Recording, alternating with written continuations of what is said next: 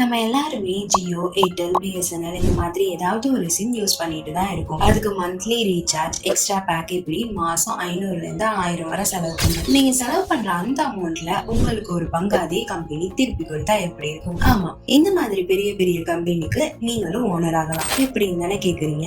அதுக்குதான் stock market. Hello everyone, நான் உங்க வினோதா ஃப்ரம் ராஜகோபுரம் wealth management. Welcome to 100 days of learning stock market. இது day 1 and we are starting with the most basic question. Stock மார்க்கெட்னா என்ன? Stock market பத்தி கரெக்டா புரிஞ்சுக்கணும்னா ஃபர்ஸ்ட் பேசிக் கொஸ்டின்ல இருந்து ஸ்டார்ட் பண்ணுவோம். இந்த மாதிரி இன்ஃபர்மேட்டிவ் கண்டென்ட்டை மிஸ் பண்ணாம இருக்க இப்பவே நம்ம பேஜை ஃபாலோ பண்ணிட்டு வீடியோவை கண்டினியூ பண்ணுங்க. இப்போ நீங்க ஒரு சூப்பர் மார்க்கெட்டுக்கு போறீங்க. நீங்க உங்க பட்ஜெட்டுக்கு சூட் ஆகுற மாதிரி அங்க ப்ராடக்ட்டை செலக்ட் பண்றீங்க. லைக் பிஸ்கெட்ஸ், வெஜிடபிள் அந்த மாதிரி. அதே கான்செப்ட் தான் ஸ்டாக் மார்க்கெட்லயும் அப்ளை ஆகும். ஆனா இங்க ப்ராடக்ட்னா கம்பெனி ஷேர்ஸ். தட் மீன்ஸ் ஒரு கம்பெனியோட கேபிட்டல்ல இருந்து ஸ்மால் போர்ஷனை நீங்க வாங்கிக்கிறீங்க. அதுக்கு பேர் தான் ஷேர். இப்போ நீங்க அந்த ஷேரை வாங்கிட்டீங்க அப்படின்னா நீங்க அந்த கம்பெனில ஒரு ஸ்டேக் ஹோல்டர் மாதிரி, அதாவது ஒரு ஸ்மால் ஓனர்னு சொல்லலாம். நீங்க ஷேர்ஸை பையும் பண்ணிக்கலாம், செல்லும் பண்ணிக்கலாம். இப்போ நம்ம இது எல்லாமே மொபைல் ஆப்லயே பண்ணிக்கலாம். சோ இன்னைக்கு ஸ்டாக் மார்க்கெட்னா என்னன்னு புரிஞ்சுச்சா? நம்ம நெக்ஸ்ட் வீடியோல ஸ்டாக் மார்க்கெட் எப்படி ஒர்க் ஆகுதுன்னு பார்க்கலாம். பிஃபோர் இன்வெஸ்டிங் மணி,